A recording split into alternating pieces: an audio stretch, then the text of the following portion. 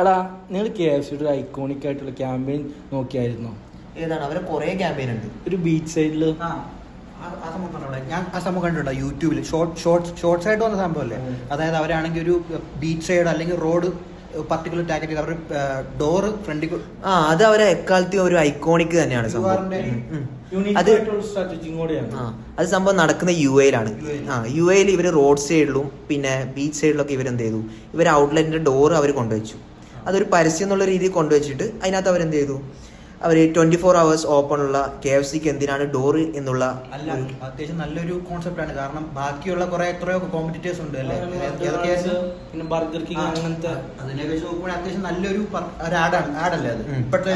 അതെ, creativity level നോക്കുമ്പോൾ ഭയങ്കര ഒരു സംഭവം തന്നെയാണ്. പിന്നെ ആ ഡോറിനകത്ത് തന്നെ അവർ 24 hours ഓപ്പൺ ഉള്ള KFCക്ക് എന്തിനാണ് ഡോറ് എന്നുള്ള രീതിയിൽ കൊണ്ടുവരും. അതിനകത്ത് QR കോഡും അവർ കൊണ്ടുവന്നു.